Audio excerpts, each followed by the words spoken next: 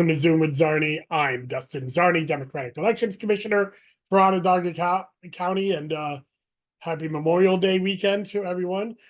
Today I have Tom Speaker. He is the Legislative Director for reInvent Albany. It's our first time talking to reInvent Albany on Zoom with Czarny, so I'm really happy to bring you this interview later on in the program. We talk about the different things that reInvent Albany, a great good government group, is doing to try to make Albany a little bit more accessible, a little bit more transparent, and in working with the legislature on that. So Tom Speaker is a great interview. I can't wait to bring that to you. This week, this is Memorial Day weekend, so there's really not much going on this week, although next week will be the final day for independent nominating petitions.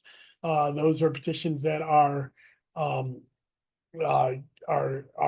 not on a party basis. They're not Democrat, Republican, working families, or conservative.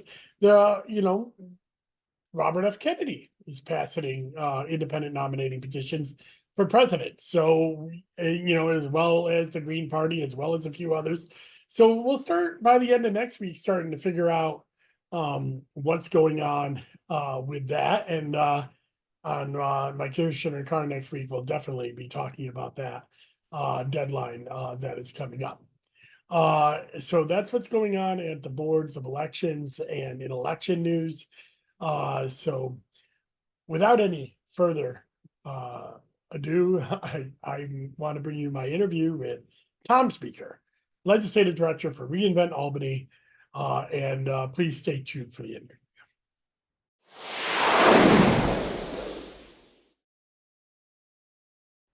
And I'm back, and I want to welcome my new friend, Tom Speaker. He's the Legislative Director for reInvent Albany. It's the first time having him and this organization on Zoom with Czarny. So, Tom, thank you very much for coming on. Thank you for having me. Well, Tom, I know we've interacted a few times over the years, but I really wanted to get you on, so I'm glad that we had the time to do that. But the theory of this podcast is I want to bring on democracy and good government groups, because I think a lot of people don't know that these groups are out there. So why don't you tell us a little bit about reInvent Albany and what your mission is and how you started and all of that? So reInvent Albany is a watchdog organization that advocates for open and accountable government in New York State. We place a big emphasis on transparency and strengthening the state's open meeting and freedom of information laws. But when we think about building good government, we think that also includes strong election laws, the campaign finance law, and we also work a lot on fighting corporate welfare and preventing these kinds of deals that will often favor large businesses instead of everyday people in New York, often at the cost of public services such as the environment or clean water or public transportation. So we were started in 2010 by our executive director, John Caney. The thinking was just that there's a lot of things about New York that don't work, and there's information that everyday people should be able to get that they can't get, as relates to data or just what's even going on. And we've been going strong since then. We've passed some huge reforms in both New York State and New York City, and we've been a part of some major campaigns, such as starting the public campaign finance law in New York. We've worked on improving that in New York City as well. And then also we've helped with a lot of the open data reforms in New York. So, we're going to get to that public campaign finance. We've talked about that several times on this program. And I know that your organization has been pretty involved in that. You've been going at this since 2010, and as a transparency advocate myself, how's it going? Are we getting better, or is it getting worse? Or what are some of the successes that you've had over the last few years that you would like the public to know about? Campaigns that you've been a part of, you mentioned, that have really maybe changed the state for the better, or if not, what do we have to do? So, going forward.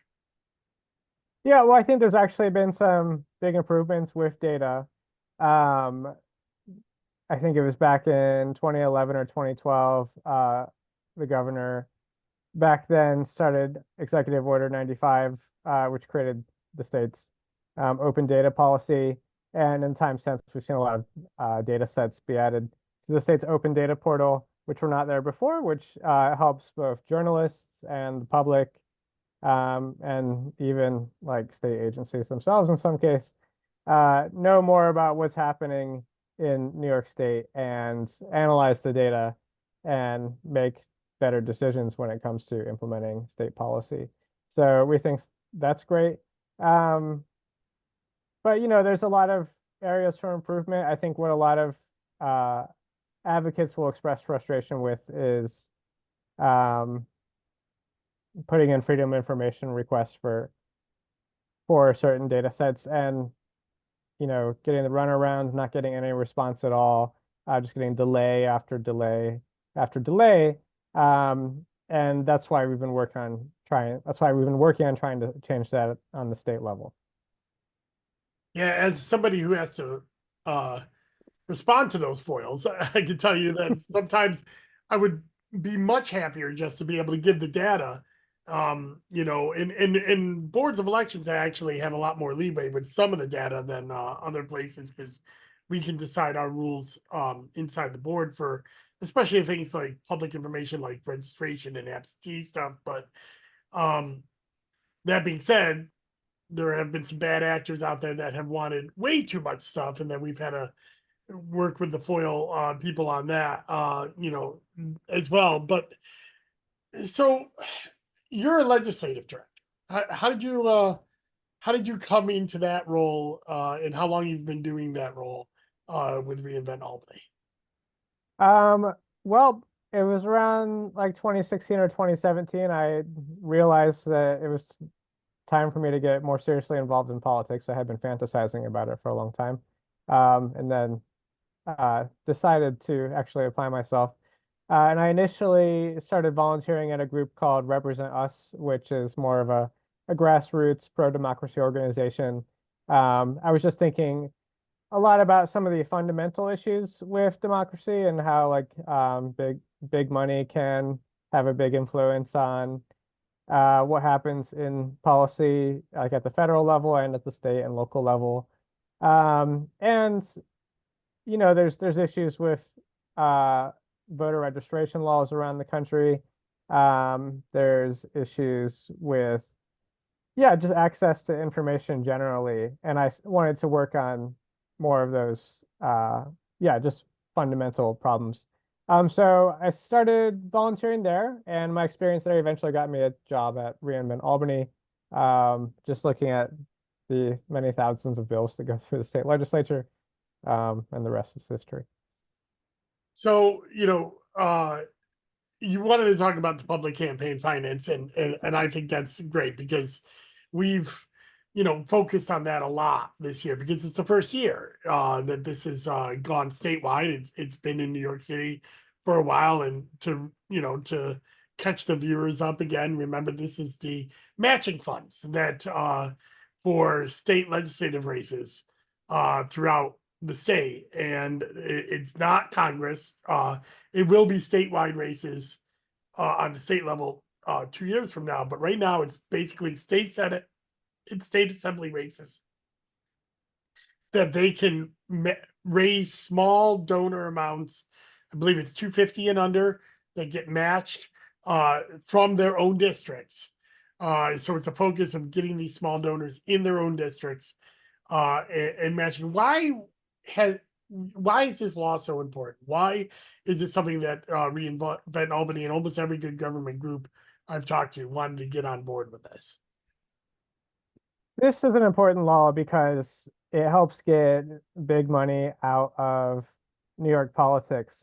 We've seen this at the city level. The New York City has a really robust public campaign finance program where if you donate $1 to a city council candidate and you live in New York City, you can get that matched 8 to 1 by New York City. And what we've seen is that in New York City, where this program has been in place for years and years, there's a lot more small donations just coming from everyday people who are spread out across the city, and less coming from major like super billionaires and that kind of thing. And there's plenty of studies that show that uh, politicians or candidates policies are often most reflective of their wealthiest contributors more than anything else.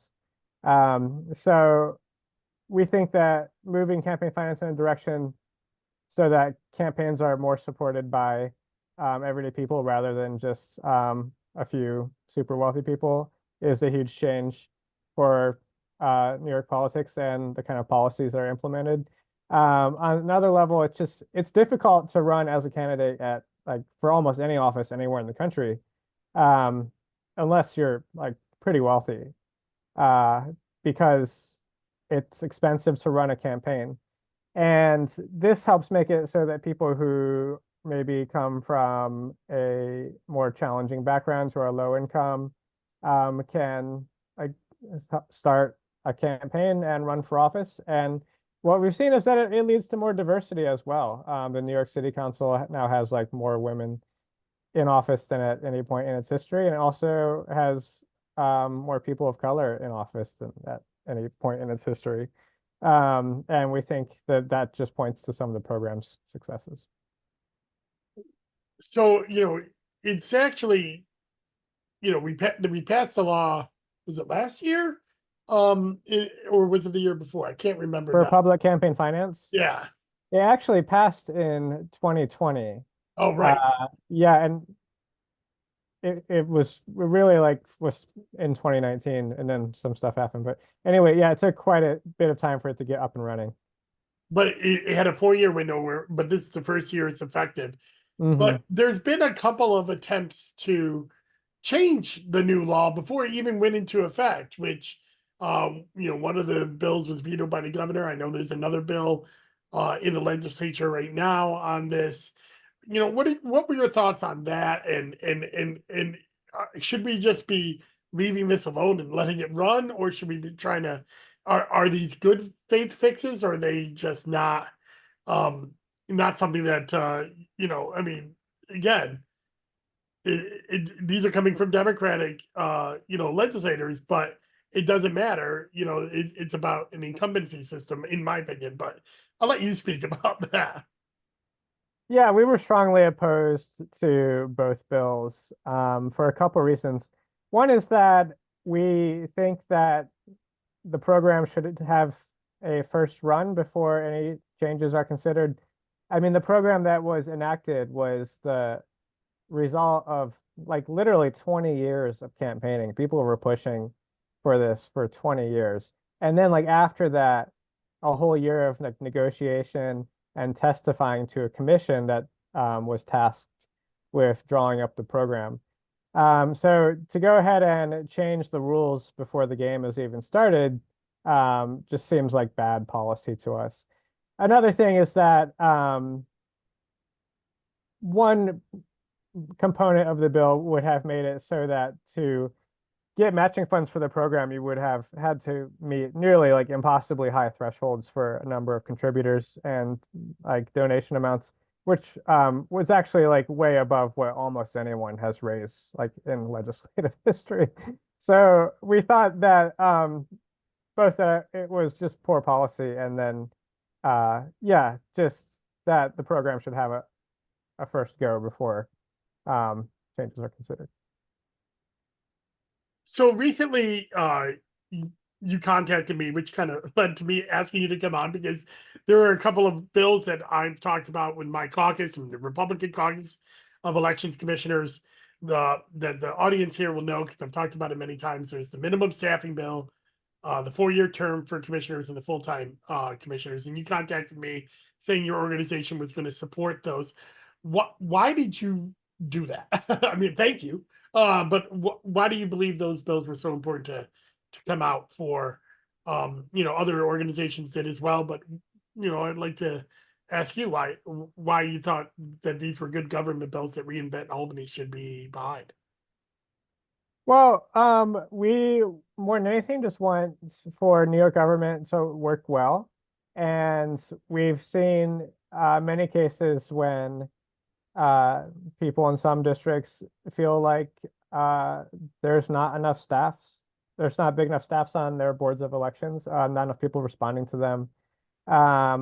We've noticed that there's a lack of parity across um, counties in New York as far as how many staff they have to respond to concerns from citizens or like to run elections. And we want everything to be as like fair and equal as possible when it comes to elections and establishing minimum staffing levels rather than having the amount of staff being subject to the whims of local legislatures seemed what was right and fair to us. So that was why we had reached out about that. And then, as far as things like term limits go, or like for the period of terms for commissioners, it seems like it would lead to less like red tape and bureaucracy as far as just something as simple as appointments go, where instead of having to come up for review every 2 years, people could just wait 4 years, which seems like a more suitable timeline to us as far as seating election commissioners goes. Yeah, and one of the things that we're hoping for is that these three bills, if they're passed, they've been passed by the Senate as of this taping, and we're waiting for the Assembly to pass those.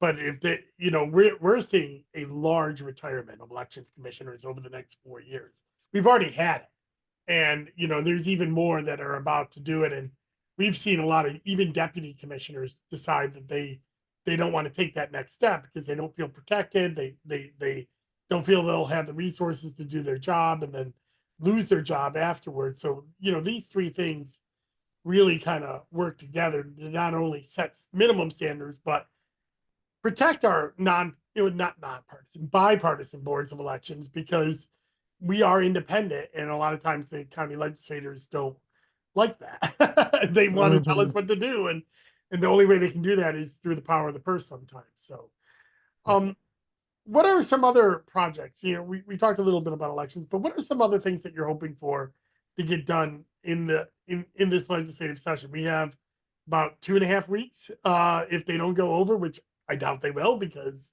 they're all running for reelection. A lot of them are in primaries in the end of June. So there seems to be a lot to get done. So, a lot of bills have not been passed. The delay on the budget always hurts that, but what are some of the other maybe non-election things that Reinvent Albany is hoping that will get passed this session? Well, there's one bill that relates to industrial development agencies, which is a very niche area of policy that I think not many people are aware of. But basically, what industrial development agencies are is they're economic development bodies that can provide tax breaks to businesses in certain areas. And unfortunately, when they provide these tax breaks, they often end up abating tax revenue that would go to schools. And there's research that has found that this has led to like billions of dollars in losses for schools in New York over the years. So we're hoping to pass legislation that would prevent industrial development agencies from abating these taxes. Beyond that, like I was saying, we work a lot on the freedom of information law. And unfortunately, currently, agencies in New York are not required to report on how many FOIL requests that they get. So we're pushing for a bill at the state level that would require state agencies to report, yeah, how many requests they're getting and whether or not they're responding to them and how long it's taking. I'm glad you brought up that IDA, because that's like kind of a pet peeve of mine as well, because you know we actually have something that was just recently in the paper here in Syracuse. You know, uh, a a thing 20 years ago that was a big thing here in Syracuse was our local mall, Destiny USA. Huge uh, tax abatement for what was supposed to be this megalopolis mall.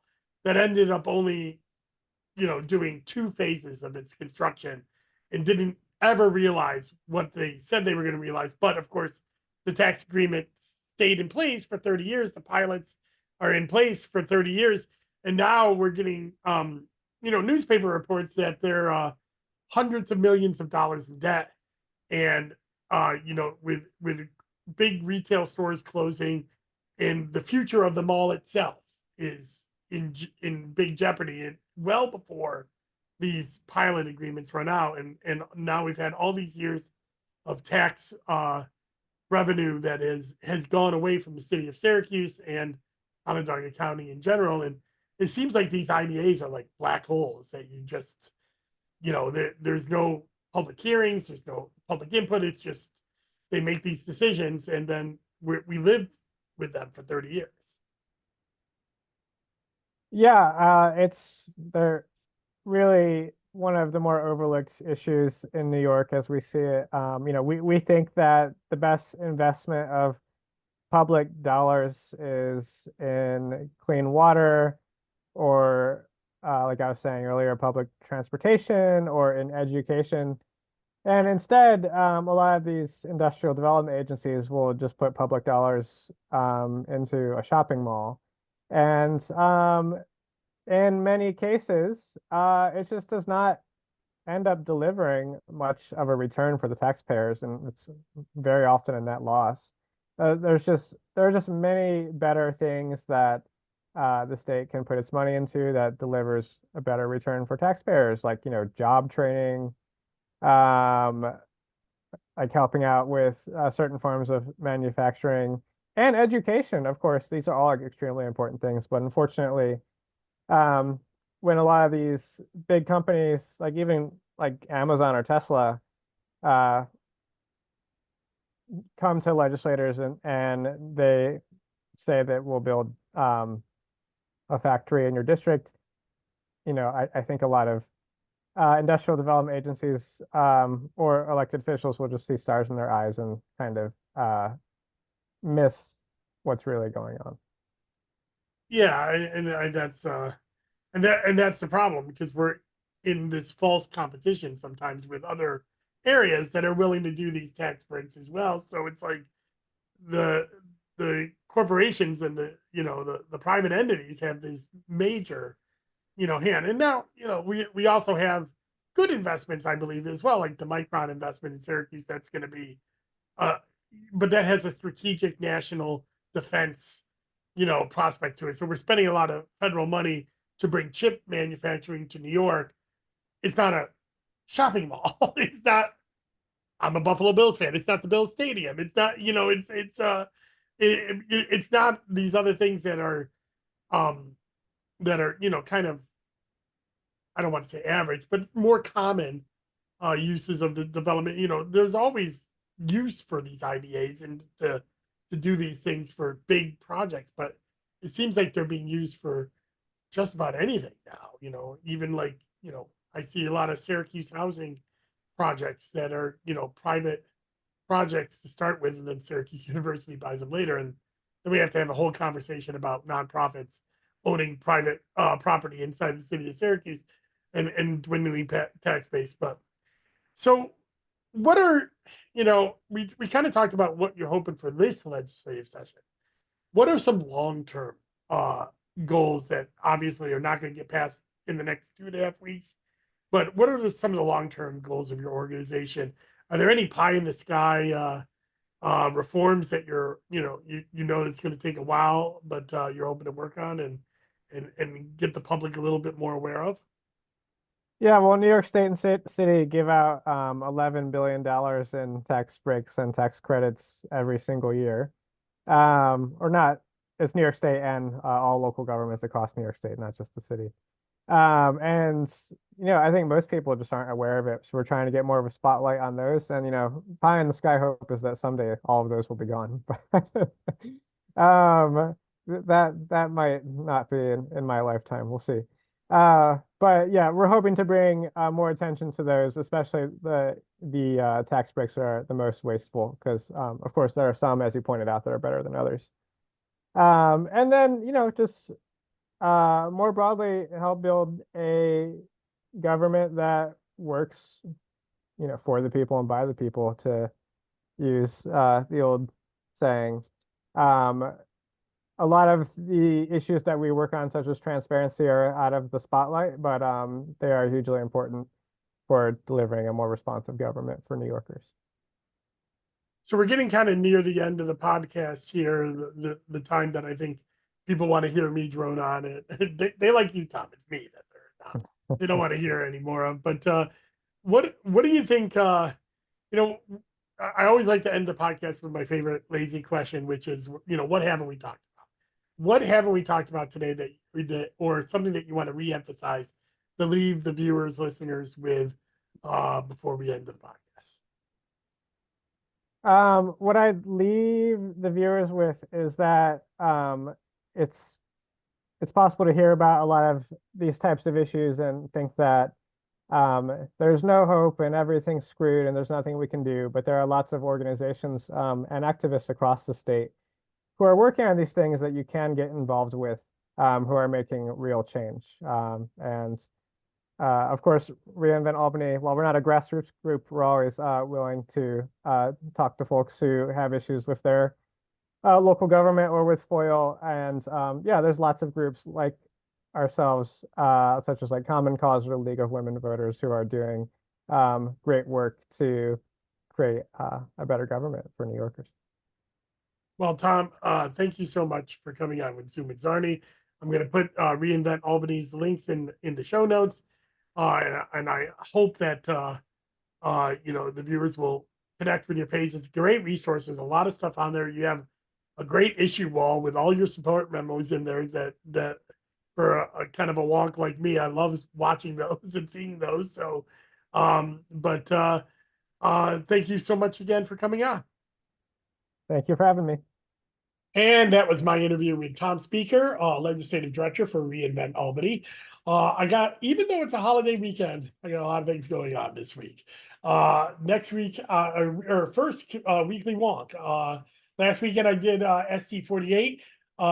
This weekend I'm doing the town of Lysander. The reason I'm doing the town of Lysander, a little out of order, there's a Republican primary on June 25th that I wanted to take a dip into that and take a look at the town of Lysander and see if the Democrat has a chance. And they do. Which is why we're having a special election in Lysander this year. So check that out this weekend. Commissioner in a Car on Tuesday will be about independent nominating petitions. We'll be talking about that, the deadline for that and what that means. Then my Zoom with Czarny next week will be with Ian Phillips. He is a candidate running for Assembly District 126. It's the only district that is not held by Democrats here in Central New York. He is from Auburn, and the district goes down into Auburn. So I can't wait to bring you that interview. As always, go to DustinCzarny.com and you can get an email notification anytime I post any content or election news.